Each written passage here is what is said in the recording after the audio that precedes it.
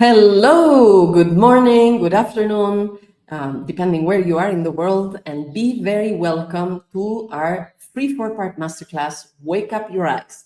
And today we are doing the live corresponding to lesson number 1. If you signed up to the free four-part masterclass, Wake Up Your Eyes, you have received on your email a video with the lesson number 1. And today, this live is going to go deeper onto the topics that were addressed in this first video. In particular, today we're going to talk about 5 secrets to improve your vision daily with things that you have at home, with habits and things that you can pay to in your daily life. And let's see what we're going to do and what we're going to talk about during today's live. So in video number 1, we spoke about the secret to improve your eyesight without glasses or surgery. And today we're going to go a bit more in depth on that.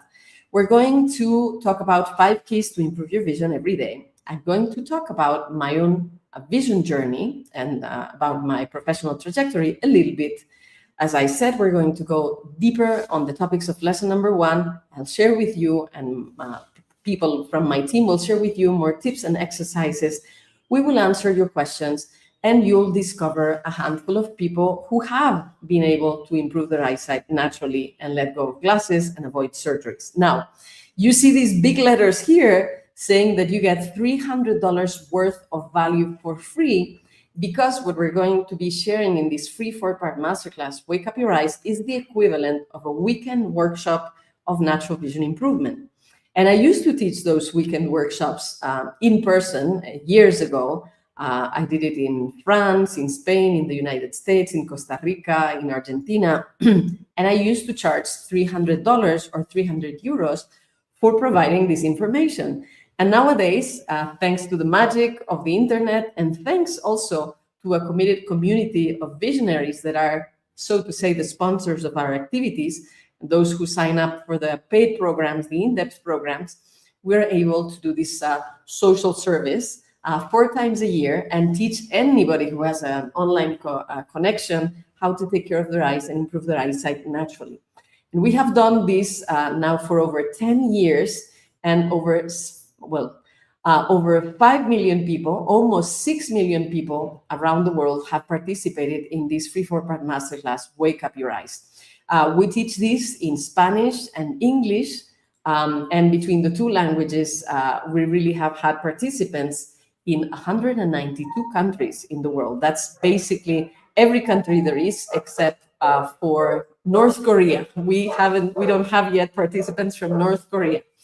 Anyway, we would love to know where you are from, where you are participating from, because we like to complete our map, and we like to say hi and to see, what's the population, what's the people participating in our free 4-part masterclass. Now, I would like to know if you wear glasses or contacts. If you are here, chances are that you wear glasses, you wear contacts, or maybe you are afraid of having to undergo surgery, or you have had surgery already and it didn't go as well as you planned. Or maybe it went well, but 10 years later, you have problems with your eyesight. Well, if this is any of your case, well, you are in the right place. And I'm seeing that there's people from Canada, Arizona, the UK, Toronto, Colorado, Wisconsin, Quebec, Northern California, Quebec, Canada. And I'm also seeing that people, yes, are mentioning that they need glasses and contacts, glasses to read the small print, from New York, and I wear contacts from Virginia. Okay, glasses since 1.5 years and 2 strabismus surgeries. Okay, I can only use 1 eye at a time. Norwegian living in Sweden. Okay, from the UK. Okay, so we have a quite diverse crowd, mostly from English-speaking countries. That's normal. In any case, if you have issues with your eyesight, want to avoid using glasses or reduce their use and avoid surgeries, you are in the right place. Okay, I see Cataluna with glasses since age of 10, once improved my eyesight, but then stopped exercising. A Swiss with Italian roots in Germany. So you already know that if you take care of your eyes, you can improve your eyesight. So now maybe it's the time to pick it up again. Okay, we need this in Scandinavia. Absolutely. This is needed everywhere in the world, but thank you for saying that. Thank you, people. Hello, people from Jordan, from the Netherlands, from Scandinavia. Okay. And yes, so if you find that this information could be interesting for someone else, if you know some other people that have issues with their eyesight, please share with the people that you care about. Share the links, share the videos, share the YouTube channel, share the Facebook page. And actually, if you're watching us on YouTube or Facebook, subscribe, follow us to make our channel more visible so that more people can learn about this possibility. And the next question is, are you interested or are you committed? What's the difference? Well, if you're interested, maybe you're going to listen to the information, maybe you listen to half of it and you'll forget the other half and you won't practice anything. And maybe it's nice to have some extra information, and it's always good to have more culture and to know more facts. But what's the difference if you're committed? If you are committed, you will practice, you will apply the things that I am going to share with you. And when you apply, not just when you show up to listen, when you apply, when you do the practices, when you implement, that's when you're going to have the difference. And the commitment is with yourself, with your eyes, with your quality of life, with your well-being, right? So I am committed too. I'm showing up. I have recorded the videos. I'm going to be here this week to teach you a bunch of things, but it's only useful if you apply it, if you take it home. Okay, I see people that are committed, very committed, great. Also, someone from Turkey, great, and with retinitis pigmentosa. You can improve from that too. Okay, my question, if you're committed, then you have showed up here having watched video number 1. We already sent it to you by email today. When you signed up, you start receiving our emails, and we sent the link to watch the video number 1 by email. Yes, it helps with macular degeneration and with bleeding of the retina and other things as well. Anyway, if you watched video number 1, you already learned how to do palming. Palming is the first STAR technique of natural vision improvement. And if you have started practicing palming, then you may have noticed things. Claudia, for example, says, yes, I watched and practiced the palming method. Yes, I did the exercise with my husband this morning. Great. Okay, someone here saying, I am committed, but with a history of falling off the wagon. Well, when you fall off the wagon, you stand up, you remove the dust, and you jump into the wagon again, and you're here. So that's showing that commitment again. Okay, Lena also, I watched it and I did the first palming. Great. So for those who already learned palming, for those who already practiced palming, I would like for you to write in the chat so that the others learn what you start to notice when you practice palming. And for Sylvia, who's wondering, how do I sign up for the first video that you mentioned? Let me find here. You can use this link, and through this link, you can register to make sure that you watch absolutely everything. Okay? Okay, great. So while you mentioned what effects you noticed to the palming to encourage other people who are joining and who are discovering this to practice palming, I'm also going to invite people that are here with me today to share what was the effect that you felt when you started practicing palming. At some point in time, you discovered this course, right? And you started practicing. So let me introduce Diana Delgado. She's from Argentina, but she lives in Florida. And if I remember well, you discovered Wake Up Your Eyes in 2020, I believe. You did the free 4-part masterclass, you improved your eyesight, you chose to join the advanced program, the paid program, and then you chose to become a vision coach, a professionally trained person to help others improve their eyesight.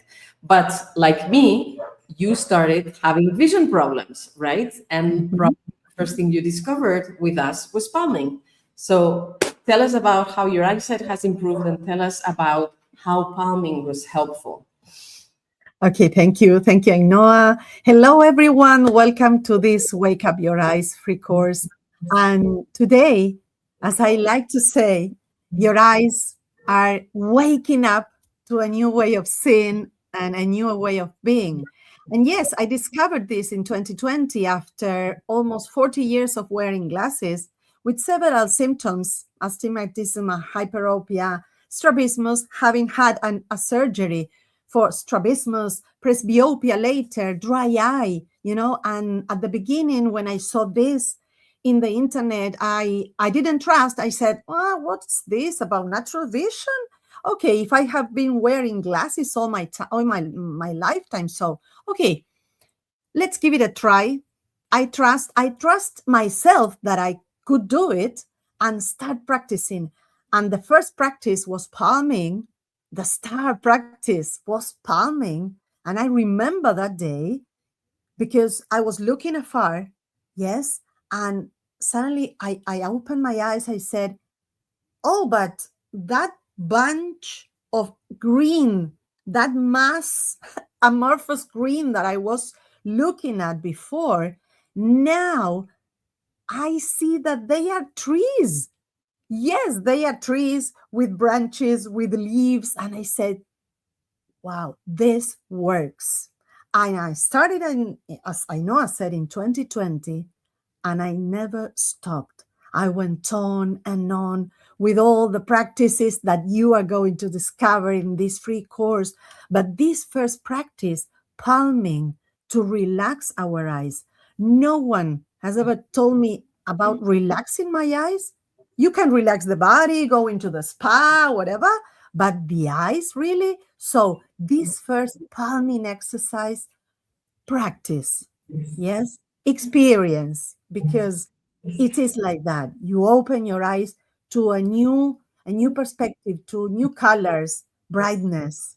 And I bet that all the ones that are practicing and have seen the video number 1 are experiencing that, right?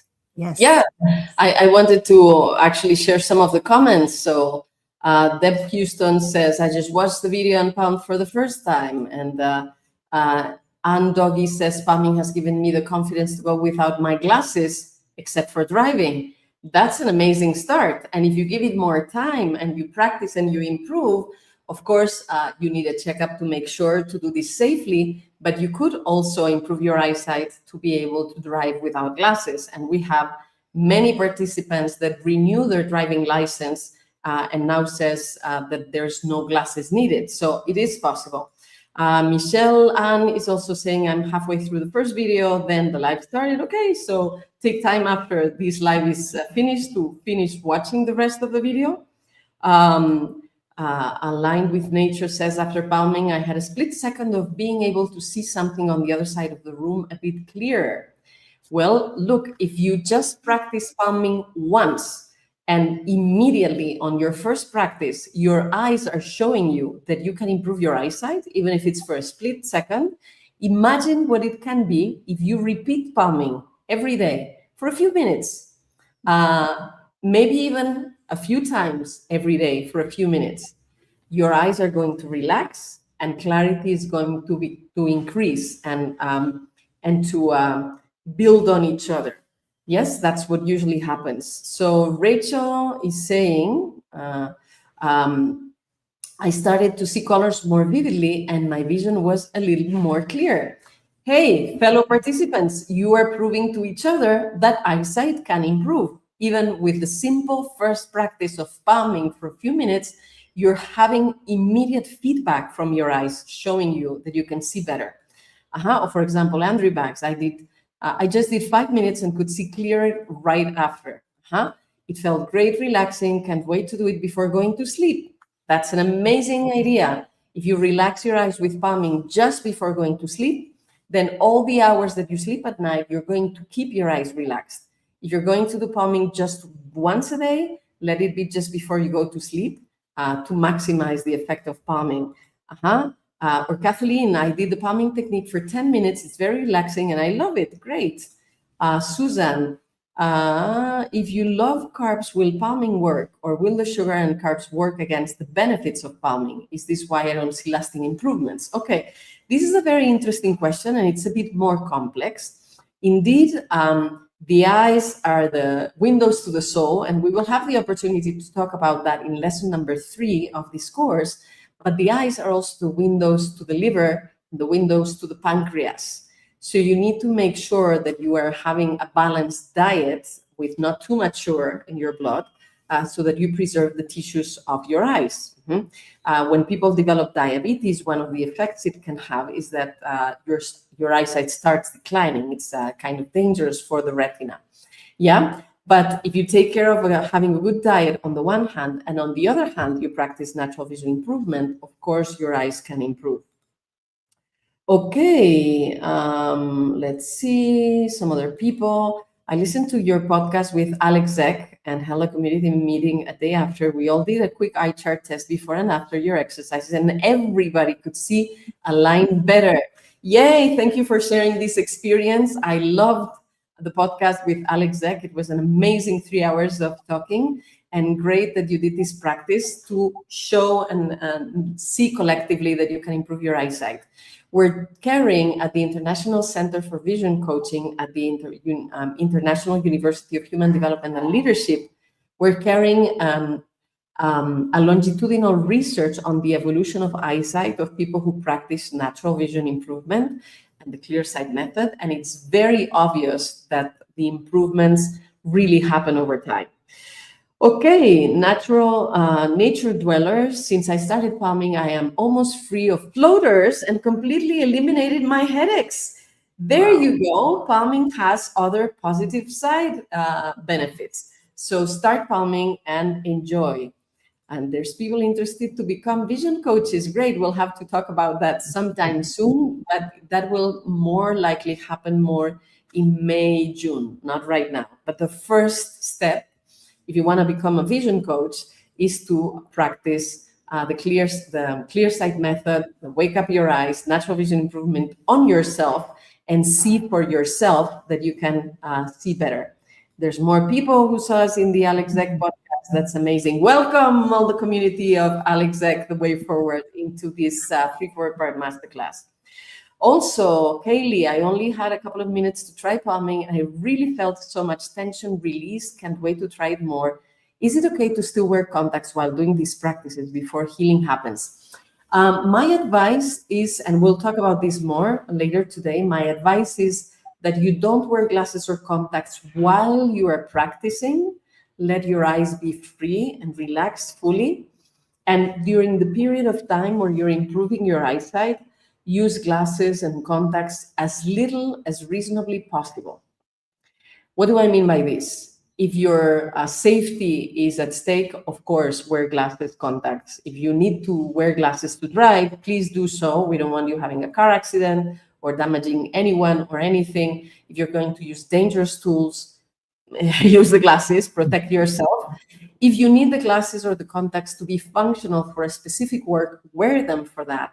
But spend as much time as you can without them so that your eyes can improve, okay? Oh, plenty of people saw the Alex Zeck podcast. That's amazing. Okay, and I see some more comments that have beautiful stars. So we'll get to those. But let's advance a little bit more. So congratulations for all those of you who have been practicing palming. And thank you for sharing what you noticed. And do you want to keep improving? I would imagine that, yes, that's the case. You want to keep learning. You want to keep learning other techniques, other habits so that you can take care of your eyes. Thank you, Diana. Maybe I'll bring you in a bit later and maybe a couple of other people that are here with us. But let's advance a little bit more for now. Okay, so if you want to make sure that you make the most out of this 3-4-part masterclass, make sure that you're registered. You can join through clearsightmethod.com or through this link that I'm typing here. The team, please, if you could type it on the chat so that people that are on Facebook and YouTube can see the link, and then we make sure that everyone is registered. Let me say a few words about who I am before I teach you more things so that you can keep improving your eyesight naturally.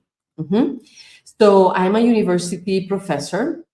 I am tenured at the University of Toulouse, France, where I have been in the academia for more than 20 years, but since 2023, I am a tenured professor at the International University of Human Development and Leadership in Mexico, where I have been able to create, with the support of the university and the Secretary of Public Education, the first university degree for vision coaches and the International Center for Vision Coaching. I am the creator of the ClearSight Method, which is at the basis of the creation of this university degree. And of course, the ClearSight Method is an approach course to learn how to see clearly again, naturally, without glasses or surgery. I am, of course, the director of the International Center for Vision Coaching.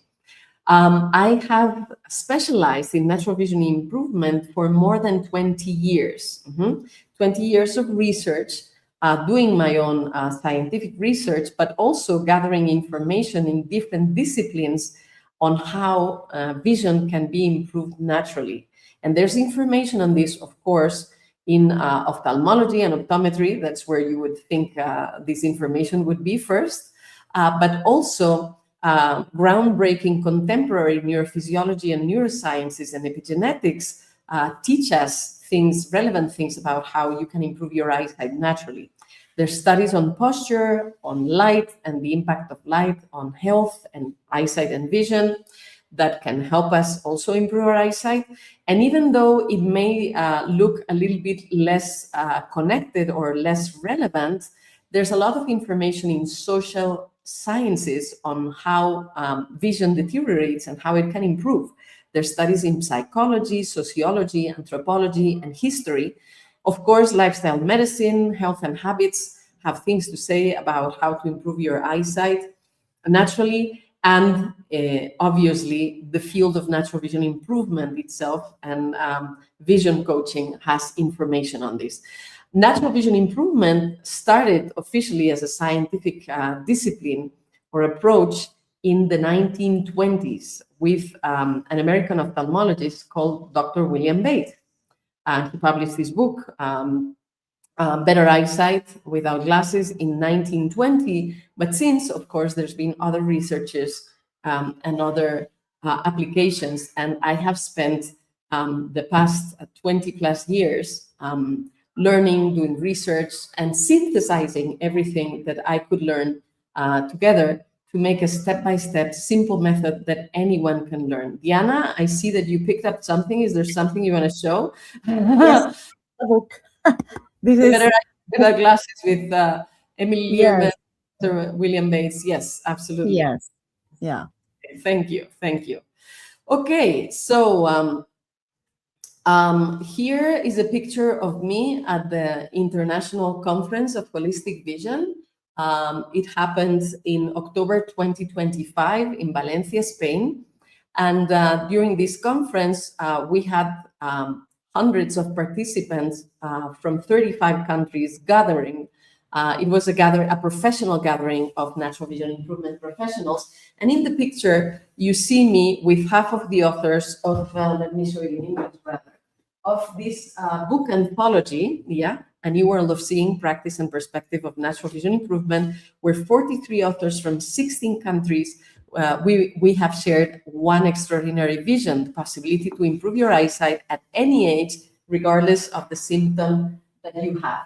And well, here you can see me in the middle holding one of the books together with Nathan Oxelfeld and Orit Kruglansky, the other two co-editors, and surrounded by about half the authors of this book. This book has become an instant international bestseller. When it was published, it was #1 for weeks, not just in eye problems, but in all of Amazon store, in Amazon.es, and it was in the top 100 of 11 Amazon stores, including, of course, categories like healthy living and wellness. Okay. Also, I said already that I am the director of the International Center for Vision Coaching and director of the degree of vision coaches. And I am also the recipient of a honorary doctorate for the impact that I've been having worldwide with the ClearSight Method in the past 10 years. Yeah, this is, I think, Diana, you have your degree at hand, so you can show it. Yeah. Okay. The degree that Diana is going to show is, whoops, this is what I wanted to, yes, is the first and only official university degree that exists in the world for vision coaches, for the professionals of natural vision improvement. And it has been created on the basis of the ClearSight Method. You're going to learn the basis for it these days, this week. Okay, and here's a picture of the first graduation that we held in Mexico City at the end of 2024. And now it's we have more than 250 vision coaches that have graduated since 2024 with the creation of this degree. The ClearSight Method has also received a lot of awards and accolades. I'm just going to show some of them. I'm not going to bore you reading you all these awards, but I want to mention these things because you deserve to know the quality and the value that you're going to get. You deserve it. Of course, I'm very happy and proud of these accomplishments, but what's important is that you know that there's a solid scientific basis behind the ClearSight Method and what you're going to learn these days. Also know that even though now I'm one of the leading references and experts in natural vision improvement worldwide, I did not start like this. And so let me tell you a little bit about my own story of vision improvement.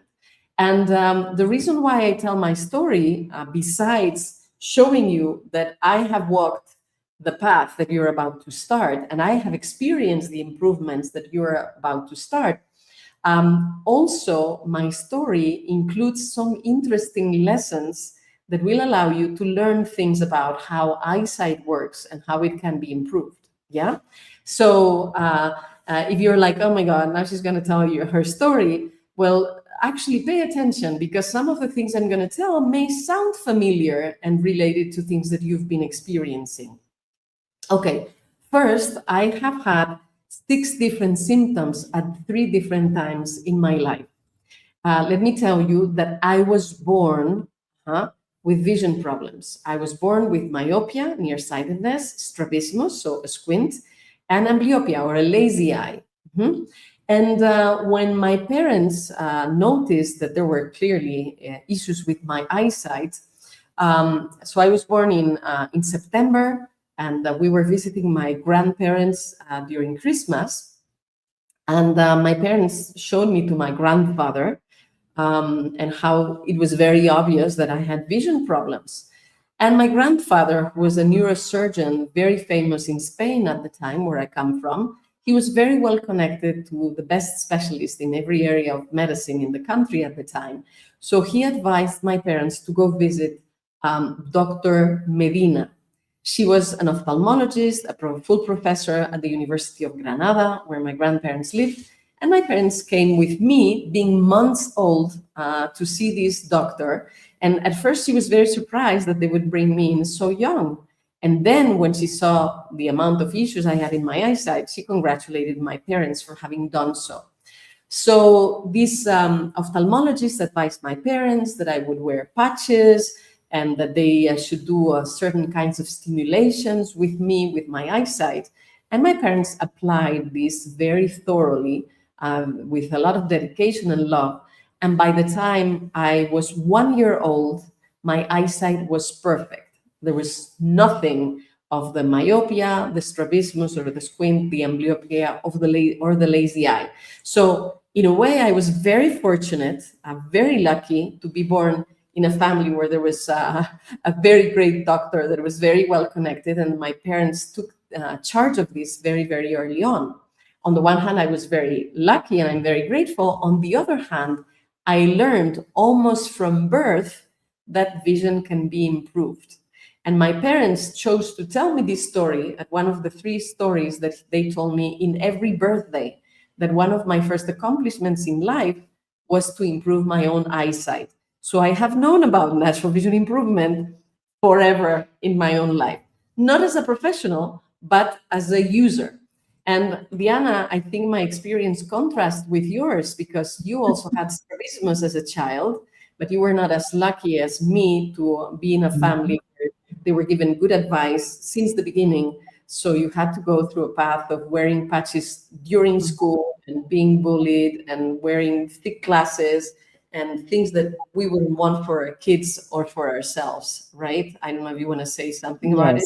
Yes, that's why, well, answering some question that was there, that is why it is so important for children to know about this. Well, for parents, okay, because when I was 8 at primary school, I began wearing glasses and a patch all day long. It was hard because I was bullied. I was the only one in my classroom.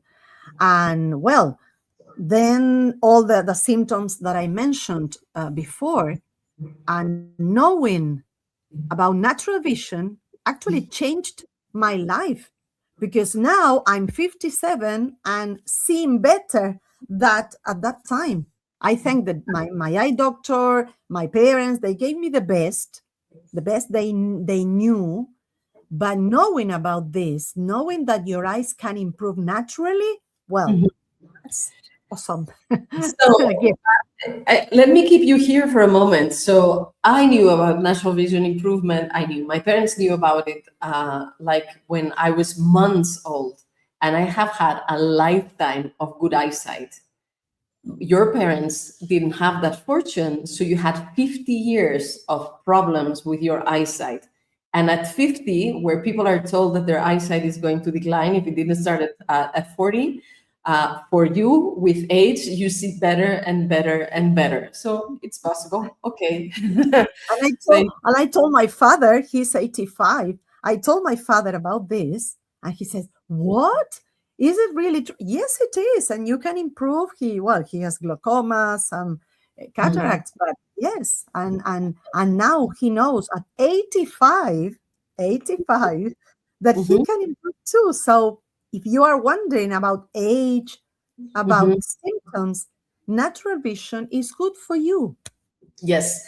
Since we're talking about age, so I started improving my eyesight when I was months old. And we have colleagues that are also specialized with children's eyesight, and there's books that have been written about it.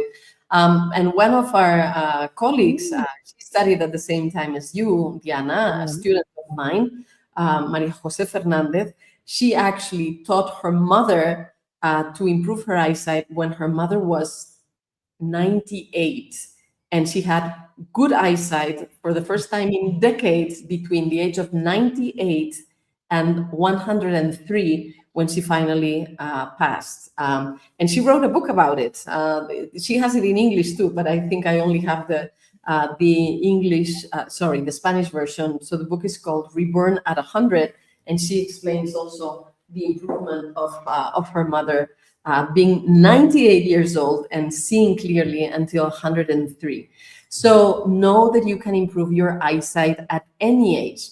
In any case, going back to my own story, so I was born with 3 different eyesight symptoms, and thanks to the commitment of my parents and having good information, my eyesight could be recovered within months. And so by the time I was 1 year old, my eyesight was perfect. And as a child, I remember that my parents would tell me often in awe that my eyesight was extremely, extremely good. I was very proud to see very well far and near, and during the day and at night. It was part of my pride and something that I had accomplished. And as I said, my parents told me every birthday about how I improved my eyesight. So when in 1996, in my early 20s, one day I was studying in France. I was getting ready to start my PhD at that time, so a career in science and research. And one day I woke up seeing very, very blurry and double. And honestly, I panicked. I was in my early 20s, not long ago that I had left my parents' home. And so waking up, I freaked out and I called my mother, so from the north of France to the north of Spain, to tell her I was very worried, seeing double, and I didn't know what to do. My mother panicked too, telling me, my daughter, there's nothing I can do for you 1,000 kilometers away. Please call a doctor, an eye doctor. Duh, of course, that would make sense. So look how old this story is. It's from the last century, from the last millennium. And so I picked the yellow pages. At that time, I didn't have access to the internet yet. It was barely the beginning, right? I picked the yellow pages and I started looking for eye doctors, ophthalmologists, optometrists, and I started calling until one random person picked up and gave me an appointment for that very same day. So this was a kind of a traumatic experience for me, and maybe some of the things that I experienced, you've experienced at some point, depending on how empathetic the doctors that you've met have been. In any case, so I was given an appointment for that same day, and later on I realized that probably it wasn't a good idea to choose an eye doctor that had space immediately. Usually you don't want to go to empty restaurants. If there's empty, there's a reason for it. In full restaurants, there's also a reason for it. Anyway, it was in the middle of the winter. It was cold. And by the time my appointment happened in the north of France, maybe it was at 6, so it was already dark. It was in an old building that had poor lighting, a lot of marble, so it was also kind of cold. And when I got into the office, it was a very awkward situation because the doctor didn't say hi, didn't invite me to sit down. So I was not very certain when I could start speaking or if it was inappropriate to do it. So all these things that I'm mentioning because they play a role. Depending if you're relaxed or you're tense, if there's good lighting or poor lighting, all these things affect the quality of your eyesight. Anyway, there's a moment where finally I understood I could speak and sit down and interact with this doctor. And so I explained to him that the day before I was seeing perfectly clear and I woke up seeing very blurry and double. So I asked what happened. The doctor didn't answer to what happened and what caused the problem. The doctor invited me to sit down on a chair in front of a machine where he was changing lenses and where he was showing me different letters and different numbers of different sizes. And I was invited to say when was the moment that I saw best, which I did.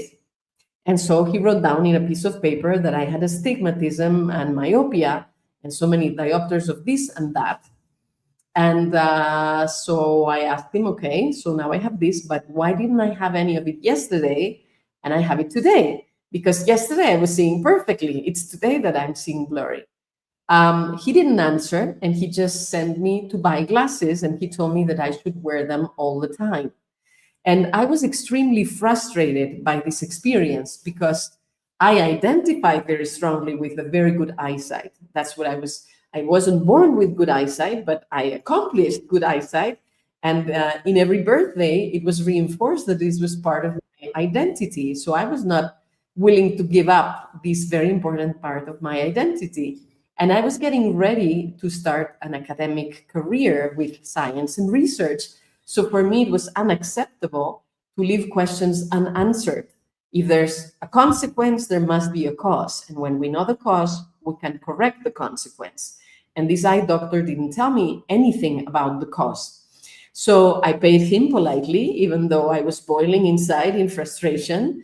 And the minute I left the office, the consultation space, I ripped the prescription, I threw it to the trash, and I went home determined to find the cause for the eyesight problem and to solve it. Anyway, I arrived home, started talking to a friend and venting and relaxing and letting go all the frustration, like explaining how shocking this experience had been for me. To have someone prescribe glasses without even trying to find out what caused the problem, the eyesight problem, to begin with.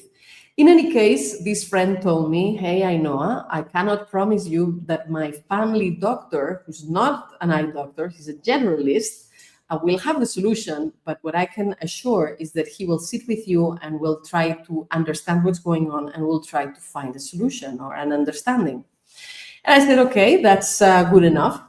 So I called this family doctor, and he gave me an appointment the day after.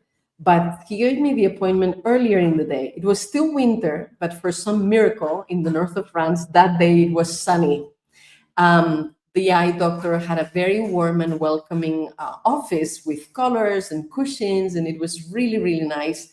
And he was warm and welcoming since the minute I came in. Very different experience. Okay. And so I tell him the same, that 2 days before I could see perfectly clear and I'm seeing double and blurry.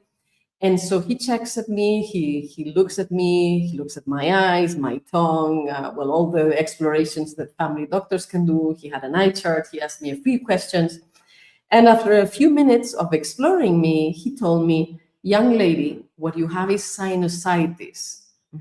And because there's inflammation in the sinuses, they're compressing your eyeball. And when your eyeball is under pressure, then the refractive errors are created. Myopia, astigmatism, hyperopia, presbyopia, or farsightedness, nearsightedness, the need for reading glasses, astigmatism. It's because of pressure on the eye glove, on the eyeball. And in your case, it's because of the sinusitis. Ah, that made sense. And I remember having thought at that time, how many people may there be out there that for some reason, in my case, it was sinusitis, but in their case, it could be something else. For some reason, there's pressure around their eyeball, and that's creating the refractive error, the eyesight problem. And if they went to the first eye doctor like I did, and they were told to wear glasses for life, maybe all these people are wearing glasses now. And if they have just solved the cause of the tension for the eyeball, they wouldn't need the glasses. Is it making sense when I'm telling this story? Is it ringing bells for you? Because let me tell you something else. What happens when you go to the eye doctor and you're put in front of that machine with the lenses and the letters and the numbers, and they keep changing, and you tell when you say the best, then someone writes on a piece of paper, so many diopters of this and so many diopters of that. Then you go to the to buy your glasses, right? You see an optician, you buy your glasses, and they usually tell you, hey, we're going to need to craft these glasses specifically for your prescription, because we're going to craft the glasses for those many diopters of this and that. So please come back in a couple of weeks and we will have your eyeglasses ready. So you come back 2 weeks later, you show your little paper with the reference of the glasses, right? They're not measuring your eyesight again. They're looking in a drawer and they hand you your glasses. And so when you put your glasses on, you're like, are you sure that these glasses are for me? Because I cannot see with them. And what's what they tell you then? They check the numbers on the paper. They still don't check your eyes again. And they say, yes, these are your glasses. Now your eyes need to get used to the glasses. So here for me, there are two things that are shocking. First, how come that glasses that were made by measure specifically for you are not fitting you? If you would have shoes made, custom made for your feet after someone spent time measuring your feet, and the minute you wear your glasses, you can barely stand on them because they hurt everywhere, would you accept the very expensive custom made shoes that were made for you? No, you wouldn't keep them. You would say there's a mistake. These are not made for my feet, right? How come we accept it for the eyes? And probably what happened is that the day that your eyesight was measured, you were under pressure. Something had happened, something came up. We'll talk about this more in lesson number 3, but you were under pressure. Your eyeball was under pressure. And maybe 3 or 2 weeks later, things have relaxed. They're not completely relaxed, because if your eyes would be completely relaxed, you would see completely well and you wouldn't need the glasses at all. But now, to see clearly through these glasses that were done for you the day you were super under pressure. Now you need to keep your eyes and yourself under pressure all the time so you can see clearly through those glasses. Does that make sense? And I know of people that when they start wearing glasses, they get headaches and they get nausea for a while. And then after some time, they adapt and these things pass, but at the cost of keeping the eyes under a lot of pressure and chronifying the eyesight problem. Second thing that I find shocking, if when they give you your glasses, they tell you now your eyes need to adapt to the glasses, it means that the eyes have the capacity to adapt. They have the capacity to learn. They have the capacity to change, right? They're not fixed. So how about if your eyes have the capacity to adapt and to learn, how about adapting the eyes to see clearly by themselves without the need of the crutches that are the glasses? And understand me, I'm not saying bad, the glasses are bad in all the cases, or it's not yes, no, black, white, good, bad. But understand me, if the eyes have the capacity to adapt, the eyes have the capacity to learn. If the eyes have the capacity to learn, they can learn to see clearly by themselves again. And that's a much more fulfilling and enjoyable experience, a much more empowering and freeing and healthy experience. Eyeglasses have been with us since the 12th century. Surgeries for cataracts have been with us since the 12th century. When we didn't have anything else, of course, they're amazing. Collectively, glasses and surgeries have done so much good for humankind. And there are moments where they're useful. If it's dangerous for you to drive without glasses, please wear them. But if you want to give yourself the capacity to recover your eyesight, your eyes can adapt so they can learn to see clearly. If you broke an arm, you would put a cast on. We're not saying that the cast is bad, but if you would keep the cast on your arm forever, guess what? Your arm wouldn't get any better. It would get weaker and weaker and weaker. Or if you would sprain an ankle and you would wear crutches for life, your legs would get weaker and weaker. So the cast and the crutches, they have a moment and a function. They can be helpful, but then it's good to go beyond them, leave them behind, surpass them, recover your own capacities to function by yourself. Yeah. Anyway, so in 1996, how did I heal? Well, because, when I was born, I healed at the physical level with stimulation and exercise and things like that. In 1996, I healed at the chemical level because having sinusitis, if the cause was an infection of the sinuses, well, the solution for me at that time was to take antibiotics for a week. And once I took the antibiotics, 1 week later, the vision problems were gone. So I healed my eyesight in a week. Didn't need the glasses for myopia, for double vision, or anything. So I was happy and free and seeing clearly, far and near with my left eye and my right eye, and during the night and during the day for another decade, more or less. And then in 2007, in my early 30s, by that time, I was already a tenured professor at the University of Science and Technologies of Lille in the north of France. I was a guest researcher at the Autonomous University of Barcelona, and I was part of the editorial board of an international scientific journal. I was preparing a special issue on a topic for that journal, which required me to read a lot of articles very quickly. So I would print them like 2 pages in one with small print to read faster. And I noticed that I couldn't read the articles that well. And then when I would go in the subway in Barcelona, I couldn't read the names of the subway stops and the lines. So I was like, okay, third time that I have eyesight problems. Let's check it up and see what's going on. Yeah.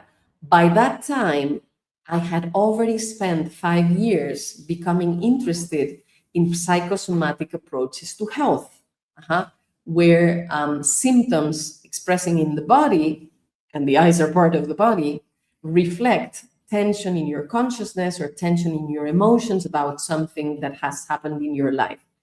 So I had already started to be trained in natural vision improvement by curiosity because I didn't have any eyesight problems. Yeah. But in 2007, when I don't see clearly far or near, so there's information and books and courses and notebooks that I can go back to and check what's going on, what's happening.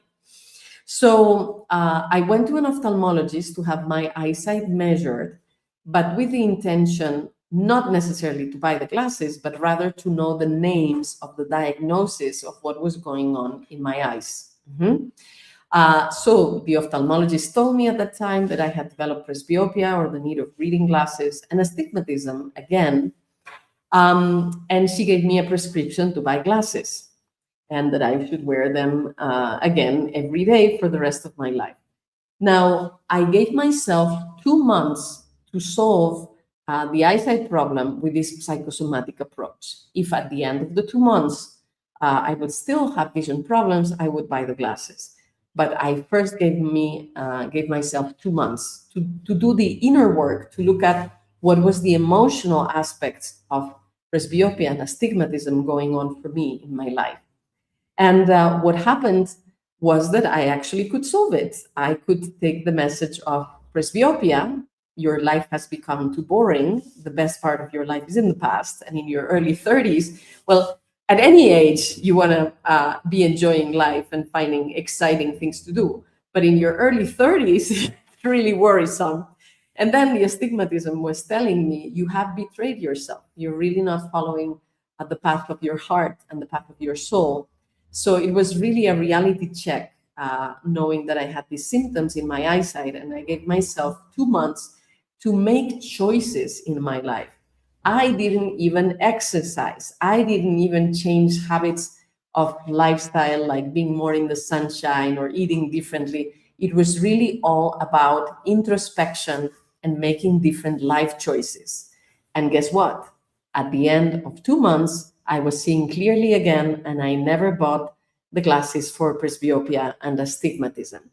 We will talk about these emotional aspects in lesson number 3. Yeah, today we're gonna go more in depth into the physical level, and we'll talk about the chemical level at another time, the emotional level at another time, and you'll see that there are more levels that you can support yourself to improve your eyesight naturally. Okay, so, oh, I see Kailina saying, I'm supposed to wear specs, but I hate them. They make my face feel like it's in prison, so I don't use them except for stargazing at night. And my vision has never deteriorated. Great. So there's people saying that there's things that are familiar. Yes, yes. So many stories with doctors telling us the so-called diagnosis for everything. I have noticed that when I've been sick, my vision is not as good. Absolutely. Or Bruce, I'm palming every day now to if I can help my night vision issues, since yes, you can help night vision with palming and others. Okay, so was my story interesting, and did it contain some lessons and some nuggets that are interesting for you, so that we can go more in depth? And I see that Merche is already signed up to my program. Congratulations and welcome. Yeah, you'll learn a lot more. You will learn a lot more. Okay, so I have walked the path that you're about to start. I started learning about natural vision improvement actually in 2002. Started reading Martin Brofman's books in 1999. Took my first workshop in 2002. So it's soon going to be 25 years, depending on how you count reading the books or attending the workshops. It's 25 plus or almost 25 years that I have been familiar with natural vision improvement. But not only I didn't start as the professional that I am now, I also wasn't the person who started natural vision improvement. Yeah, as I said, the pioneer that started the research on natural vision improvement was Dr. William Bates, and And so we're going to talk today about some of the secrets that he discovered. So I see Sylvia says, I have a 2 p.m. session I need to jump on soon. Okay, this session is going to be recorded, so if you miss something, you can come back and watch the rest of the recording. Okay, so let's talk about one of the findings that Dr. William Bates contributed to natural vision improvement, and this is how focusing works. Conventional ophthalmology only tells part of the story, and this is why with natural vision improvement, you can improve your focusing in a way that conventional ophthalmology or optometry don't usually even tell you about. Yeah, so let's understand how focusing works in the eye. Yes. Okay, so sunlight bounces on objects, and some of the rays of the sunlight rays that bounce on objects are going towards your eye. Yes, and they have to go through several transparent structures in your eyes. First, the cornea, which is the most powerful lens in your eye. It's much more powerful than the crystalline. The lens has between 38 to 42 diopters. A diopter is a measure of a lens capacity to change the direction of light. Then there's the aqueous humor. Then there's the pupil inside the iris, which is what gives the color to the eye. And the iris is a muscle that also, depending how much light there is, adjusts this like a camera, how much light it's going to let into the eye. Then there is the crystalline, the natural lens that conventional ophthalmology considers is the only one at play for focusing, but the cornea plays also a very important role, and we're going to see how in a moment.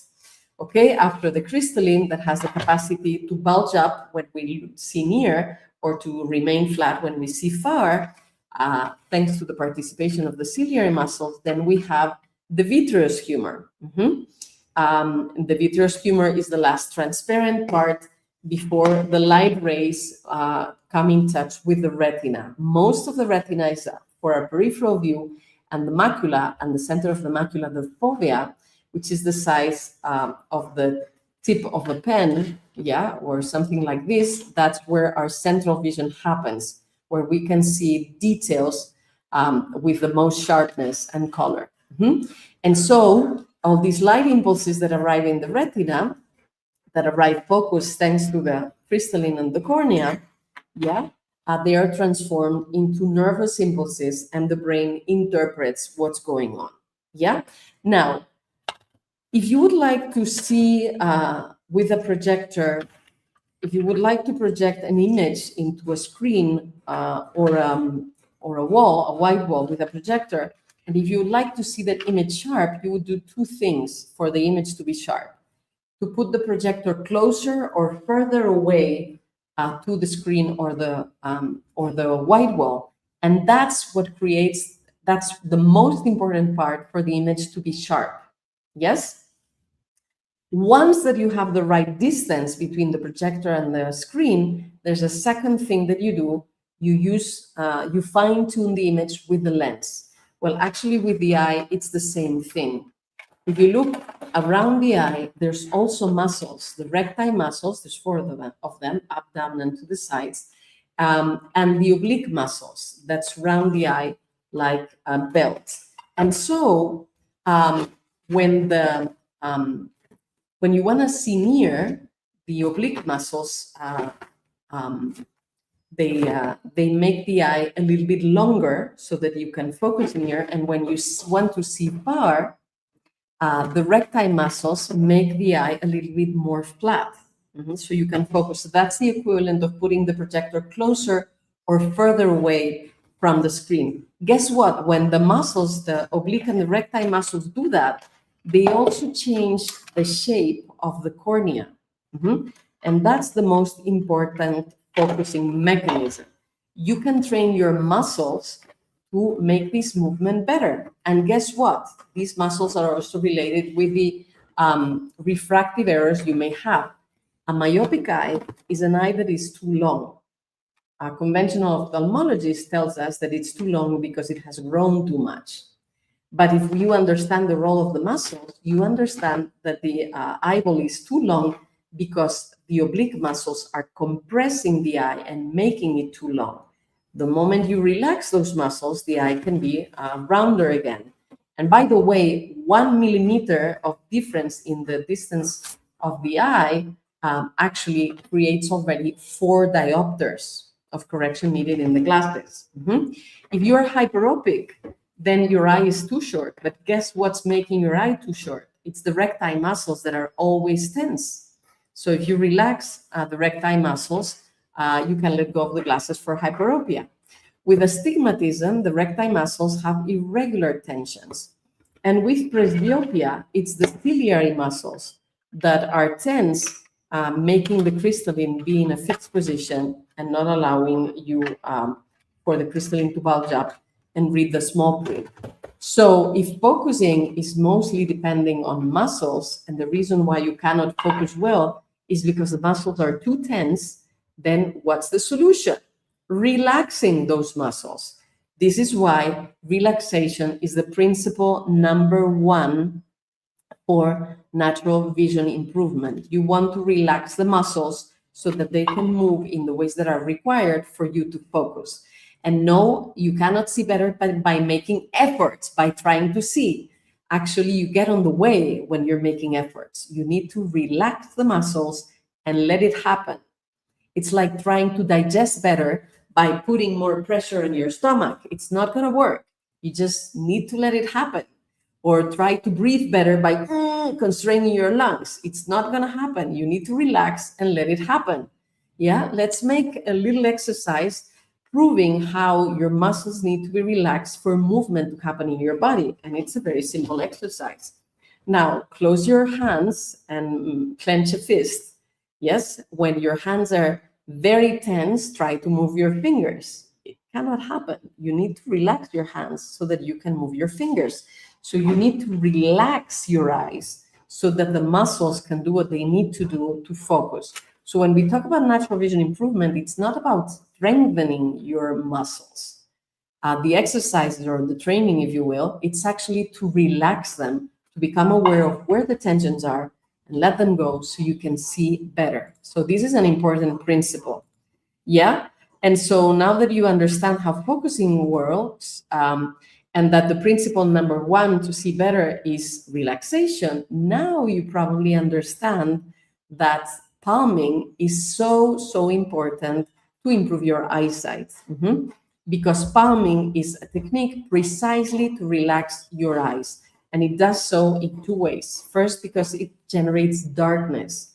The eyes need darkness to relax, for the opsins to generate in your eyes so that you can see contrast and you can see colors. When your eyes are in the dark, it's as if you're refilling the ink in the printer of your eyes. So you need to sleep in the dark at night, and you also need to blink. That also generates darkness for a moment. And with palming, you generate darkness. And the other reason why palming is helpful to relax the eyes is because the heat of your hands, the energy in your hands, relaxes the muscles, generates warmth that allow your muscles to relax. Diana, would you like to show us how to palm? Okay. Yes, of course. There you go. Okay, so the palming was already explained in the video that I shared earlier today. So you heard me explain palming already. How about now you hear it from someone else? Sometimes when we hear something twice from 2 different people, we also understand the nuances better. And then we're going to answer many questions that we usually receive, that we've received about palming, and we'll check also the questions that are here in the chat of the people that are participating. So explain the palming and we'll take it from there.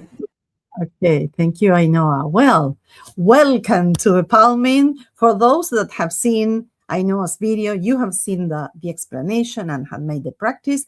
But for those that haven't seen the video, yes, do it after this live and now practice all together. Palming, the STAR technique for relaxation. How can we do it? Yes, how do we do it? First, I invite you to remove your glasses if they are on, to watch and to see around you, how you perceive light, colors, textures. Yes? So let's see around. Okay? Good? Okay, let's start. So, for palming, we need our hands and the palms of our hands. The palms of our hands have warmth, have energy. Yes? Many people believe that we have energy centers in the middle of our hands. So, is it the same an eye mask as I've heard there, I've read? No, because our hands are always here with us. Yes? And they provide the warmth. So, let's rub the hands. Yes? To create heat and energy. We'll cup our hands like this. Yes. We'll cross our fingers like this, not like this. Yes. Try the hands to be really relaxed if you want to move them first. Yes. Because if the hands are tensed, our eyes will receive that tension too. Okay. So again, cup your hands, cross fingers like this. With closed eyes, you put your hands like this on this bone. We can feel here, and you can place the heel of the hands here. I will show you this. Yes, in this way. Okay. Okay. So now that you have your eyes closed, open your eyes to see if there's any light coming through the hands, so you can adjust your hands. But be careful with your nose. Let the air in. Breathe. Yes, don't do this. Okay? Very relaxed. Yes? Okay? Close your eyes. Feel the warmth of your hands. Yes? The energy. Now we are going to do it a bit quicker. But okay, now just little by little, take your hands out of your eyes. Keep your eyes closed. And now blink them open. Blink them open. It was just a minute. And see what's different. What has changed? Yes, maybe, wow, the light is brighter. Colors are brighter too. We can do this longer, and you can use a cushion. For example, I have this one to rest your elbows. Let's see if I can move this. Yes, there, to rest your elbows like this. Sorry for this, but I want to show you. Yeah. And you can do it longer. You can do it 5 minutes, 2, 3. You can do it, someone said, before bed, before going to sleep. It's wonderful for your eyes. And you can do it like this, when you are laying in bed, you put your arms like this, and you do the same. You cup your hands or you wrap, and you close your eyes, and you relax just for 2-3 minutes. It's okay. Yes. And then maybe you fall asleep doing this. So your eyes are relaxed for sleeping, because while we are sleeping, our eyes move because we dream. Yes. And so our eyes are moving all the time.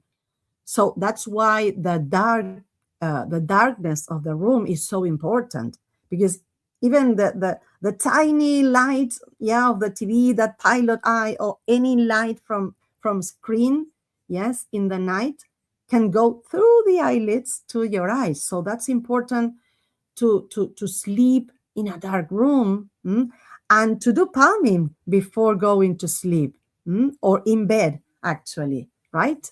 Then you have another way of doing palming. Yes, you have seen it. If you have seen it in video number 1, and it is the thinker's posture, where you put your elbows. Let's see. You put your elbows on your knees. Yes, and you just do this, And you can relax. Remember, not doing this. Yes, not doing this, not crossing fingers. Always provide comfort to your eyes. Yes, so rub your hands, cup your hands, because this will give them the space, the eyes, the space to relax. Yes, like this. So you can do it anytime you want, anytime you feel like. Now that we are all the time looking at screens, yes, you can find just 1 minute to do this and relax. Children too can do this, like the peekaboo game. It's fun. So they can relax their eyes without glasses, remove the glasses, remove contact lenses. It's better for your eyes to relax more even, and find that space during the day. And if you don't have the time, as I said before going to sleep. So I mentioned children. I will have my assistant here. Yes, my beautiful O.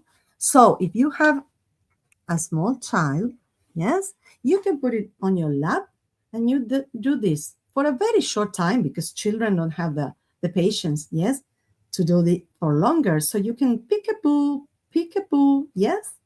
And well, kids that are younger, they can do it too, to relax, to contact, to feel the contact of the hands with their eyes, with this around the eyes. Also, we create tensions here, yes? And as someone said, that during palming and after during palming, there were no headaches, because we create tension even with our posture. All day like this, watching at looking at the phone, yes, all these muscles tense, and this tension created here goes to our eyes. Everything is connected inside, yes, muscles, nerves, everything is connected. So when we create relaxation, we give our eyes the best place to be. And notice what is different. Notice if you are even seeing things, if you are around the room where you are, if you have some letters on a picture or anywhere, you can see the letters clearer. Why? Because your eyes are relaxed. And that is what we are talking about today. Palming is this star technique created by Dr. William Bates to relax our eyes. So again, be mindful of what you are doing with your eyes. Yes, and if you practice palming, maybe in the morning, at the middle of the day, yes, just 1 minute will change your eyesight. Then you can do it anywhere, yes, everywhere. And you can teach others, share this technique with others, with your family. You can palm, you can even with yourself, you can listen to music. You can light a scented candle and enjoy at that time. Yeah. You can do it whatever you like it, you feel like, and then see the difference. See what happened. As I told you, the first time I did palming, yes, what I thought was something green there, they were trees. And that was the moment I discovered that my eyes were beginning to change. They were healthier again, even after wearing glasses. Yes. Yay! I was, while you were explaining palming, I was reading the chat also to Yeah. get questions. Some of the things that you have said already, I think, answer some of the questions. So Let me go really quickly on the various questions that are here in the chat, and then we're going to explain those more extra exercises that we promised for today, and also add more answers to questions about palming that usually come up. That's interesting. Let's see. So Cherry's saying, I'm really looking forward to trying palming. I have been told I need to relax more to improve my digestion, and this could be a win-win. Absolutely. People who practice palming not only improve their eyesight, they improve headaches, nausea, digestion. Some people even report that their immune system work better, or that they hear better, they smell better, they taste better, not just see better. And we even have people who have said that they could stop taking depressors or medicine for anxiety. Of course, if you're going to do that, make sure there's some doctor following those choices. But in any case, palming is very good, not just for your eyesight, but for your whole nervous system and health. And there are a lot of questions about symptoms. And this is very typical. People want to know if this is going to help various things like macular degeneration or cataracts or other things. And let me tell you, the reason why we explain palming for free in the first lesson, it's because it's one of those techniques that is good for everything. If you want to take good care of your teeth, you probably want to do three things, right? Use floss, mouthwash, and brush your teeth, right? So those three simple things are very, very massive for the care of your teeth. Well, palming is to the eyesight one of those three things. So palming is going to help you regardless of what eye condition you have. It's good for everything because it allows the eyes to function better. Okay. Of course, there's more things that we will show that are also helpful for this or that symptom, but palming is something you want to practice. It's like drinking water or being in the sun. It's for everything. So you just want to do it. Okay. Okay, so for macular degeneration, it will help. So I'm happy to be here. Okay. Someone is mentioning your story definitely helped because I have had a very boring job that is hurting my neck and shoulders. Now I know that I'm not in the right path and need to change it. You know, Lena, it's not uncommon that it doesn't happen all the time or every day, but sometimes there's people who decide to make life changes around improving their eyesight. And this could be one of the things that makes sense. You get to be happy in your life. And one of the ways that your body is telling you you're not happy could be through your eyesight getting worse. So in lesson number 3, we'll talk more about the meaning and the messages of the symptoms of the eyes, but definitely. Here, I always assumed that my bad eyesight was due to age, aka menopause, and doing so much sewing. I just kept buying stronger reading glasses. Well, if you've been working near a lot without taking time to look far and to rest your eyes, yes, that could have been part of the problem, but you can revert it with new habits, with things that you're going to learn here. Odile is saying, I was given glasses at 7-year-old, 8.5 now through the method of pure prayer and manifestation. I'm down to 5.25 in one eye and 3.5 in the other with astigmatism. Believe this is a matter of mind. Well, if by praying you're relaxing, you are feeling a sense of purpose and fulfillment, of course, it can be one of the ways that you can use to improve your eyesight. And here you're going to learn more tools, and you can reduce that 5.25 and 3.5 to less. We've had people go from 18 diopters of myopia to 0. Of course, it's a very big change, so it took her months to do that. But so it's completely possible. But thanks for sharing your experience. Okay, is this being recorded? Yes, that question has time. Does this help with bleeding of the retina? Yes. How do I sign up for the video that you mentioned? Can you please, team, put the link again? Would this help if you have previous damage like myopia degeneration? Yes, absolutely. If you have a very high myopia that's causing macular degeneration, that means that your eyeball is under a lot of pressure from the oblique muscles. So palming is going to help relax those muscles and help your eyeball, your eyes, to get in the right shape. When your eyes are under a lot of pressure, and that happens in myopia, not only you don't see well, but you're creating the conditions for having more problems later, from macular degeneration, cataracts, glaucoma, and things like that.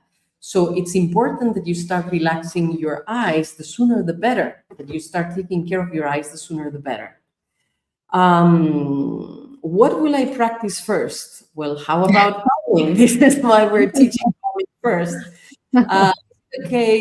Is it okay to palm while wearing your contacts? The idea is to palm without glasses, without contacts, and even once you stop palming, postpone as much as possible the moment where you wear your glasses again. Of course, or your contacts. Of course, if you need to do a specific job that requires sharpness, use glasses or contacts. Of course, if you're going to drive, use dangerous tools. But otherwise, spend as much time as you reasonably can without glasses or contacts. Somebody was asking about the name of the podcast where I was featured with Alex Zeck. It's called The Way Forward. I have a cornea problem. Will this help me? Absolutely. It helps with cornea problems. Absolutely. Because the cornea problems could also be due to your muscles tensing your eye too much and having your cornea bent all the time. So when you generate the conditions for the eye to be better and better in better shape, all the symptoms can improve. Now, this is a typical one. Can you use an eye mask rather than the palms of your hands? Okay, so as we said, palming, we do it with our hands for several reasons. Well, first, you always have your hands with you, so you don't need anything extra or outside of yourself to be able to do palming. Palming generates darkness. That's why you want to adjust when you're palming. The mask would also generate darkness, but the mask doesn't have heat and energy that you do. I mean, you can use a mask to sleep if you cannot control the conditions. For example, you're in an airplane or you're visiting or there's a hotel or something and there are lights. So masks can be useful for sleeping at night in a darker place, but palming is even more powerful than wearing a mask. Really, palming is better. Okay. Yes, go ahead. Yes, because I forgot, because I'm reading about glaucoma, macular degeneration, and I want to point out some observations with palming. For people with glaucoma, yes, do it 5 minute top. You can do it many times during the day, but just 4 or 5 minutes, because we want, we want to encourage this movement of the iris and the pupil to move. And in glaucoma, yes, if we keep the pupil too dilated, it's not good for the pressure, yes, for intraocular pressure. Yes? Absolutely. Yes. So we'll also add some information about cautions in certain conditions. What Diana said was absolutely accurate. But it will help. The palming is helpful for glaucoma. You just need to make sure that you do it less than 7 minutes, and 5 minutes is easy to remember, and you're on the safe space. Now, you can do 5 minutes as many times per day as you want. Just don't make it longer than 5 minutes per palming. Okay, let's see. So, Sherry, I bought cheaper myopia glasses from Amazon that are less of a prescription than my normal glasses. I bought several pairs that are less and less powerful. Will this help heal my eyes? Absolutely. And actually, this is a way that people plan their improvements sometimes. So if you're functional without glasses, great. If you need support, you can wear glasses. And it's a good idea to wear older glasses with a lesser prescription if you kept them, or in your case, you bought new ones on Amazon. That's good. In tomorrow's lesson, we're going to show you another tool that you can use instead of glasses. It's an alternative to glasses. It's a training tool, and it's also an alternative to sunglasses. But I don't want to go faster than the course. In any case, what you're doing is a good idea. Oh, there's people wanting to do the vision coach degree. Again, we'll be in May and June. Some people are very happy about what we're sharing. Great. So we have someone from France. How to correct my vision? Well, actually participate in this workshop, practice palming, practice the other things we're going to teach you, and this will improve. Cranial nerves have no function in eyesight. Oh, yes, they do. Is it all about relaxing the muscles? Relaxing the muscles is a very important part. But other things, actually palming is also good for your nervous system. Being in the dark is also good for your nervous system. And we're going to teach more things that are also helpful for the nervous system. People that have come to us with problems in the optic nerve have also improved with the techniques that we are showing. So just bear with us and take it step by step, practice, and you can see for yourself the effects. Can tunnel vision be improved? Absolutely, it can be improved. And the techniques that we're going to show tomorrow are going to be very good for stimulating the peripheral view. So you're going to see that. What about genetic predisposition for myopia? Genetic predisposition does exist, but nowadays current research is showing that actually lifestyle habits and environmental aspects and factors are weighing a lot more for developing myopia. Michelle is saying, this palming reminds me of Reiki. I actually used to do this to help me with my healing MS. My vision was affected by optic neuritis. I'm super excited to do this again with new intentions. Absolutely, your hands, your palms of your hands have energy. So it's darkness, heat, and energy, and it all participates in helping your eyes and your eyesight heal. Michelle is like, I'm going to set a timer and palm for a minute every hour. Great. Now, I would like to invite you to do it a little bit more organically, because if you put a structure that is stressing you out, it's not a good idea. So if one day it's every hour and then another time it's an hour and a half or 2 hours, be happy of doing it and don't punish yourself because you are not like super disciplined. And if instead of 1 minute, one day you want to do 5 minutes, or one day you want to be 30 seconds, you want to do 30 seconds, also be flexible with yourself. The repetition is very helpful, but also being kind to yourself in the process of doing it is very important. Is it okay to drink wine? Why not? Now, make sure that you're not making life hard for your liver. Yeah, when you drink a lot of alcohol and it becomes hard for your liver, it can impact your eyesight too. Will this be up for a while? Yes. And it's recorded? Yes. If I have my contacts during the day to work, isn't it better to palm sometimes when they're in rather than only doing it morning and night? Or how else do I relax my eyes when contacts are in? That's a very good and legitimate question. I don't know if you could consider wearing glasses instead of contacts. The glasses are easier to be taken away, but maybe your job does require for some reason wearing contacts. In that case, yes, do palm now and then, even with your contacts on, but especially make sure that you practice also without the contacts. If you could wear glasses instead of contacts, again, you could remove the glasses more easily to practice the palming. My eyes got worse after I had a tooth pulled, went to work, and I need way stronger prescription and strong bifocals. There may be good reasons for that, unfortunately. The jaws, tension in the jaws, also affect the eyes. Tensions in the neck affect the eyes. Let's do this little practice so that you can see this. You can, I think I did this in the Alex Zek podcast. Fingers like this, put your hands and push your fingers at the base of your skull. If you push there slightly so that you feel the pressure, you don't need to hurt yourself. at the base of the skull, and now you look up and down and right and left and do circles, you're going to notice movement in your thumbs because of the connection between the muscle groups through the fascias between the eyes and the neck. So with the jaws also happens. If the connection of your teeth, the way your teeth are put together, has changed when they pull your teeth, it can have created an imbalance for your eyes. That's one thing that could have happened.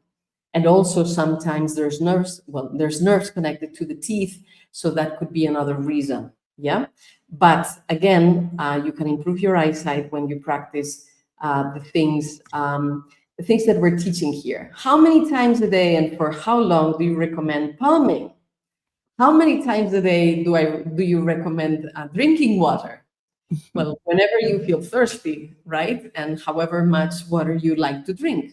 So I would say if you're going to do it only once a day, do it before sleeping. If you want to do it twice a day, before sleeping and waking up are good times.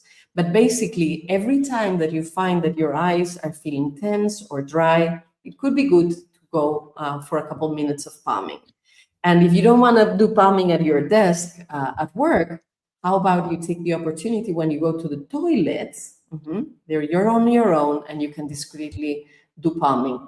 For how long? As long as it feels nice. This is a very important thing to learn, to go with the indication of our body of pleasure, of relaxation. Even if you do palming 30 seconds, 2 minutes, 5 minutes, it's amazing, it's useful. Now, if you don't have glaucoma, which is the case for most people, or if you don't have high intraocular pressure, which is the case for most people, you can do a palming as long as you want. We know people that do palming marathons, and we know someone who used to do 16-hour palming sessions once in a while. Okay, this person was legally blind, so he really needed a lot of palming to improve. So go with what feels good for you in the moment. But if it's just a few moments, a few minutes, anytime that your eyes feel tired, it will do you good. Okay, let's see. So I'm seeing questions. How do you get to weaker glasses? My optician will only sell me glasses at my current prescription. I'm in the UK. Well, maybe you can change the optician, or you can buy the prescription online. Or you can look for an optician that is aware of natural vision improvement and that will support that change. In this book, there is a chapter devoted to undercorrection, to improving your eyesight by an optometrist called Eligal. Why are the eyes tired after palming? They're not tired, they're relaxed. You need to learn to resignify that feeling and to identify and distinguish relaxation from tiredness. Is it okay to wear glasses for the computer? And how will I know when it's time to remove them? I only really wear glasses when working online. Well, sometimes they sell us what they call comfort glasses for the computer. Actually, they also create bad habits for the eyes. Every time you have glasses in front of your face, you're restricting the peripheral view. You're making the gaze more rigid because the part where you can see clearly is in the center of the eye, and the eyes need movement to see well. You're inhibiting blinking, and you're filtering light. So all these things are not good for you. If you want to protect your eyes from the blue light of the screen, it's better to put the filter on the screen, not on your eyes. And it's also better to put, well, we're going to talk about that tomorrow, about filters for the computer, yeah? So if you can have your naked eyes, it's always better for you. Okay, I see that there's more and more questions. I would like to make sure that we get the content that we promised, and then let's see if we can answer some more questions. So we already spoke about palming extensively. Let's oops, sorry. I'm having an issue clicking the buttons there. So we talked about palming, some common questions about palming. It's better to do them without glasses or contacts and remain without them as long as possible. Positions, I think Diana showed several, right? You can do it sitting, you can do it laying, you can do it at the table, you can do it at the toilet. The idea is to do palming with your eyes closed because you want darkness. The idea is that palming is to rest your eyes, so you're not clapping or you're not pressuring, you're not doing exercises while you palm. The position, the standard position is like this or like this. If you only have one hand, you can take turns to palm your eyes. It's important to make sure that you breathe deeply during palming. The retina, well, actually, the organ in the body that consumes the most oxygen is the brain. The eyes are part of the brain. The eyes consume more oxygen per volume or per weight than the rest of the brain. The tissue that consumes the most oxygen in the eye is the retina. And in the retina, the part that consumes the most oxygen is the macula, the fovea, where we see sharp. So the retina is the tissue in the body that consumes the most oxygen. So if you want to see well, make sure that you breathe deeply. Okay, more things. Again, the mask or the blindfold or being in the dark is not the same, even if it's useful. How long? Palming, as long as you please. Warning, only for 5 minutes. If you have high myopia or detachments, retinal or vitreous detachments, keep your position right. More questions. For how many days do I have to do the palming? For how many weeks? For how many days you take showers, you brush your teeth, or you drink water? It's a good idea to make it a habit. How many times a day? As many as it makes sense to you, as many as you feel your eyes tired. If you do it before sleeping, it will relax your eyes, your mind, your body. It will improve your sleep. And when you end the palming, I don't know if you explained this, Diana, make sure that you do some blinking like butterfly, or you take some snapshots and close your eyes again. It's a good transition. When you do palming, you could feel relaxation, stretching, openness. You could notice colors better, things more sharp. You could see one line lower in the eye chart. Sometimes, even though it's less usual, you could have a headache or you could have nausea. Yeah. When you started wearing glasses, maybe you had a headache and nausea. Well, now you're releasing that, so you kind of get to feel it again on its way out. Yeah. You can add for the palming music, scents, meditation, affirmations. You can add elements that make you more relaxed. And is palming useful for your symptom? Yes, regardless of what symptom you have, palming is useful because it's good for the eyes and it works at any age. Okay, now let's talk about things that the eyes need in general. Yeah, the eyes need relaxation. We said that. Palming is one of the ways to get it. Tomorrow we'll show you another one. The eyes need movement. We'll talk more about this also in another lesson, but this is another reason why you don't want to wear glasses, because the glasses keep the eye, the gaze, rigid, fixed in the center of the glass, and you tend to move your head or your neck. You want your eyes moving to see better. The eyes need foveal vision or central fixation or looking at details. We'll talk about this more tomorrow. The eyes need various stimuli. What makes you curious? What do you find beautiful? What do you like to see? These are important things to pay attention to. The eyes need contrast, near and far, light and darkness. We'll talk more about this tomorrow. The eyes need light as much as they need darkness. We'll talk about this more tomorrow. The eyes need good nutrition and detox. We'll also talk about this more. The eyes need hydration, so it's important to drink water. And you also get hydration for the eyes when you blink and when you yawn. And the eyes need oxygen, so it's important that you breathe. Okay, now we promised some tips and exercises, 5 more, because palming was already explained in video number 1, and even though here we're going more in depth and answering questions and giving details,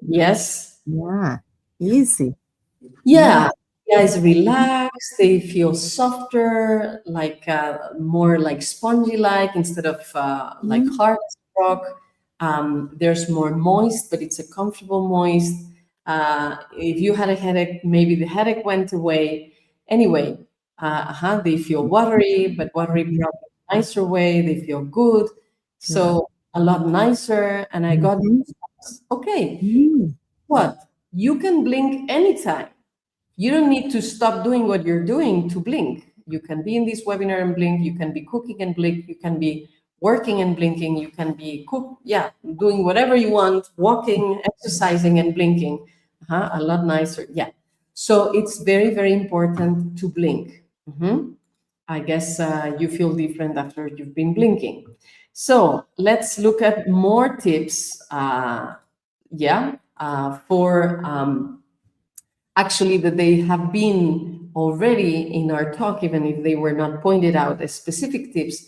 We already told you about breathing. Breathing is important. Now, let me give you a tip for breathing that is good for your eyesight, and that is to breathe with your heartbeat. Maybe you already know the square breathing technique, where you inhale for 4 times, hold for 4 times, exhale for 4 times, and hold for 4 times. People sometimes count seconds for the times, and I invite you to count heartbeats. When you make coherence between your breathing and your heartbeat, two of your rhythmic systems in your body generate coherence, and that makes your whole body relax. And when your body relaxes, your eyes can relax. So if you're going to practice breathing techniques for an amount of times, make those times be heartbeats instead of seconds. Yawning is extremely yeah. Yawning is extremely important for eyesight. And it's not considered polite in our society, but every time you yawn, your face relaxes, the muscles in your eyes relax. Every time you yawn, there's more oxygen coming in, and that gives more oxygen to your brain and your eyes. And if you don't feel like yawning, pretend it, and you will want to yawn. You can just yawn. And when someone's yawning around you, you also want to yawn. So yawn as well. It's coming up. Yawning is very relaxing. It's very good for eyesight. Stretching every time you feel like it. When you stretch like a cat, when you wake up or anytime, you're removing tension from those muscle chains, and your eyes are connected to the muscle chains of your body through the fascias. If you relax your eyes, you relax your body. If you relax your body, you relax your eyes. Look far without glasses in between, no contacts, no spectacles or glasses, but also no window glasses. Look far without anything in between so that you can see different depths, that you can see 3D. This is very relaxing for the eyes. Blink every 2-3 seconds. You could use a metronome, and your eyes will feel better. But also, more tips: laugh and cry. Laugh and cry. Your eyes have 2 functions: seeing and expressing emotions. When you inhibit the one, you inhibit the other. When you laugh and you cry and you express your emotions, your eyesight gets better. In lesson number 3, we'll talk about this. Also, you may want to use a humidifier at home. If the atmosphere is too dry at home, add some humidity, and as you blink, it'll help your eyes also not be dry. Now, 9 and 10 may sound weird and disconnected, but actually the neocortex and the visual cortex, where we see, is also connected with memory and imagination. We see more by what we remember and what we imagine by than the information that gets through the retina, through the fovea. It's a lot cheaper for the brain to remember and imagine than to spend all the amount of oxygen that we need to see sharp with the fovea. So you move a lot to look for details. You move your eyes to look for details. and then your brain remembers what you have seen, remembers other things that you have seen that are similar to that, and imagines what you see. So cultivating memory and imagination is very good for eyesight, and particularly remember happy memories and imagine happy things. Remember happy memories and imagine happy things, because whatever you set in your consciousness, that's the experience you're having in the moment, whether it's real or not. So make sure that you feed yourself with happy emotions. Remember happy memories and imagine happy things that you want to happen. It has an impact on your nervous system and on your eyesight. And more tips: positive focus. Ask yourself every day, what do you see now that you didn't see before? What more things you can do now without glasses that you couldn't do before? And you could even have a notebook where you write those things, so you make sure that the list keeps growing and growing. Sleep in the darkness, we already said that. You could use blinds, blindfolds, masks, and make sure that there are no lights in your room, no electronics. Yes, this will help your eyesight, this will help your nervous system. This will help your sleep and your rest. And use glasses as little as possible within safety and reason. So we promised 5 tips. We actually gave you 13, and we shared a number of principles of what your eyes need to see better. So we have actually, and we went in depth on the palming, we answered plenty of questions. We've actually delivered more than what we promised. If you have some comments, some questions, we may take a little moment to look a little bit if we left something on the plate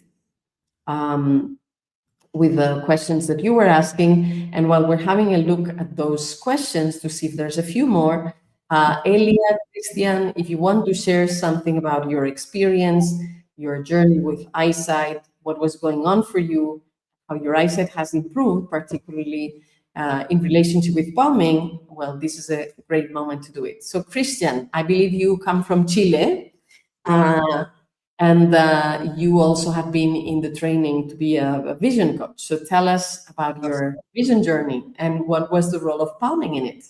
Yeah, okay.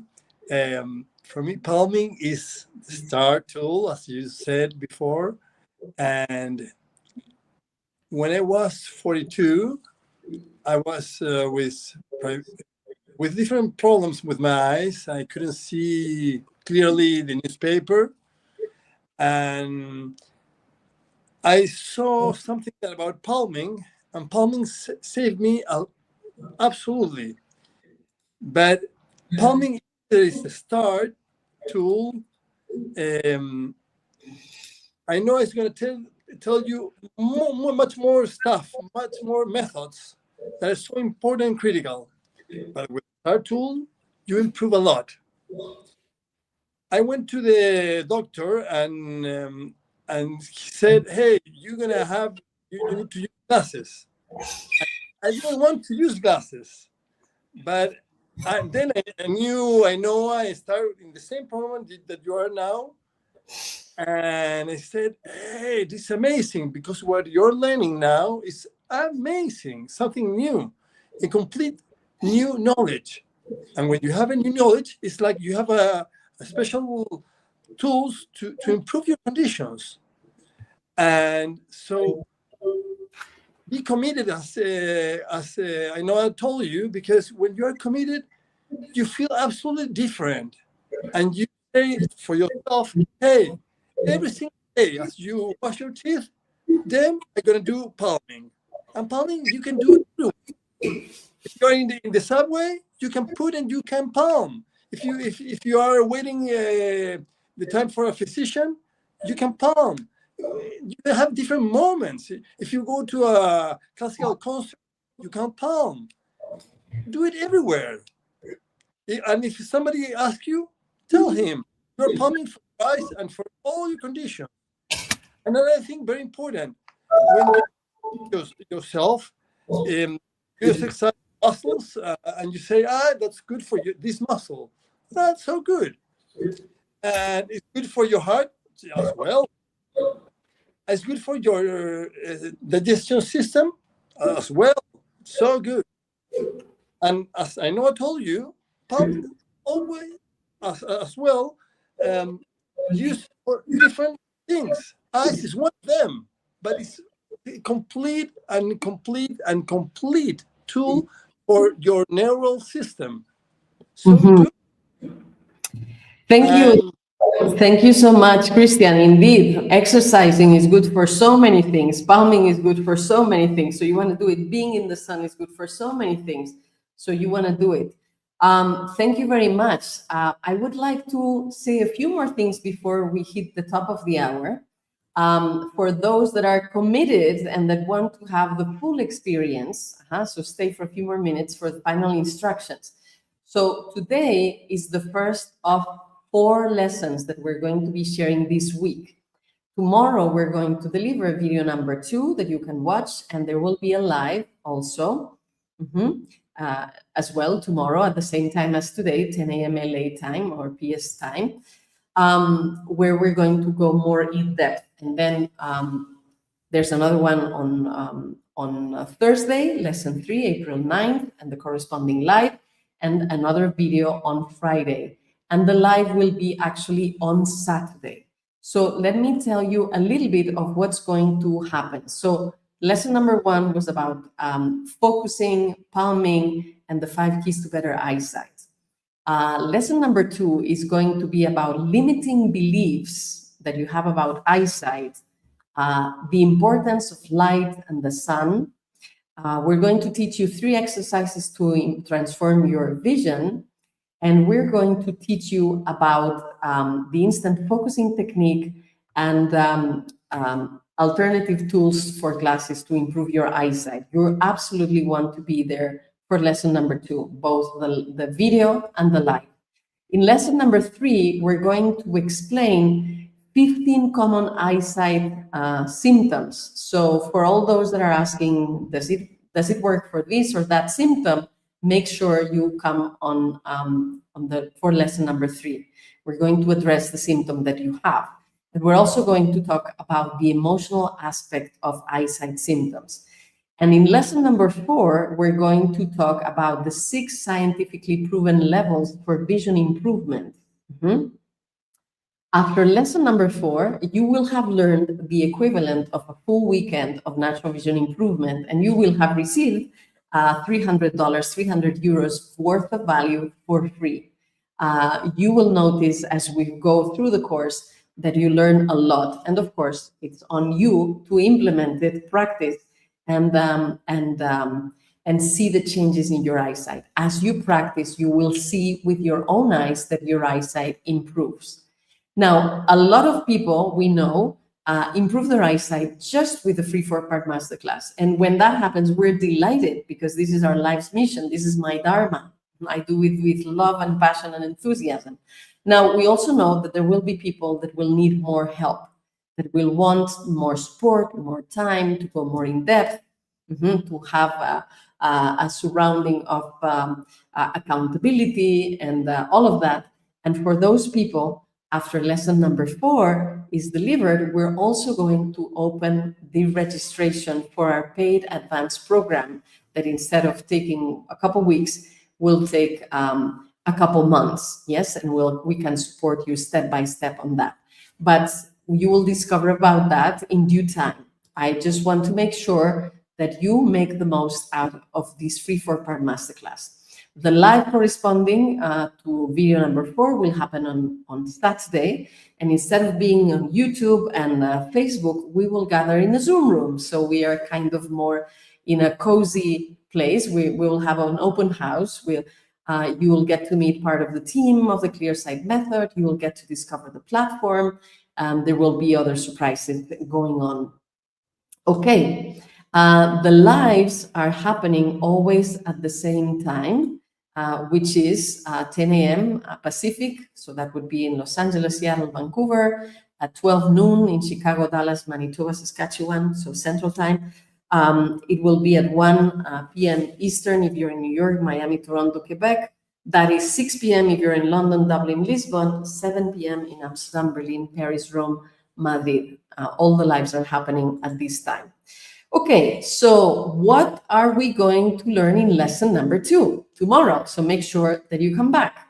We're going to talk about false myths and limiting beliefs about your eyesight. You want to transform, to let go of those limiting beliefs and integrate empowering truths about what's possible for your eyesight. We're going to teach you the second star technique of natural vision improvement, sunning. You want to learn that one. You're going to see how you can see better with 3 exercises that you can practice within 5 minutes. And we believe so much in the power of these exercises that we're going to provide eye charts so that you can evaluate how more lines or further or closer you can see. Now, if you cannot print the eye charts, it doesn't matter. You can make sure that you have books or journals or magazines or posters, something that has letters of different sizes with it at home, and you can check with things that you have around you anyway. We'll also teach you the instant focusing technique. Even if you haven't yet improved your eyesight fully and you forget your glasses or they break, we are going to teach you what you can do with your own body, with the resources that are built in with you, so that you can focus instantly to see whatever it is that you need to see sharply, and a lot more that you're going to discover in lesson number 2. So make sure to make the most out of it, that you are registered with the link that we shared. Maybe the team can share it one more time. Will there be recordings? Yes, but participate live. If the video doesn't open, click on the video thumbnail. Do these techniques work for your symptom? Yes. Do they work at your age? Yes. Do they work if you've had surgery in the past? Yes. So make sure you show up for the following lives and that you watch the following videos. And imagine, how will you feel? How would you feel seeing your eyesight transform? How would you like for your eyesight to transform? How you feel seeing better? And are you interested or committed? If you're committed, you'll keep practicing so that you can generate that vision for yourself, the vision that you can see clearly again with your own eyes. And a few reminders of links that may be used: ClearSightMethod.com if you want to register, our YouTube channel where you can follow, subscribe, or Facebook where you can follow us. If you want to see testimonials of more people that have done this, we have this page with testimonials. And if you need help for something particular, you can type at Ainhoa at ClearSightMethod.com. So maybe you want to share what you got in today's session. I see some people are very, very happy, finding that it's fantastic what we shared. In any case, congratulations for staying till the end, and keep up with it. Show up tomorrow, learn, watch the videos, come to the lives, but more than everything, practice what you learn and see the difference. Okay? So take care, be happy, enjoy the beauty of life, and I see you soon, and I see you tomorrow for lesson number 2. Bye-bye. Bye-bye. Thank you, everyone. Bye-bye.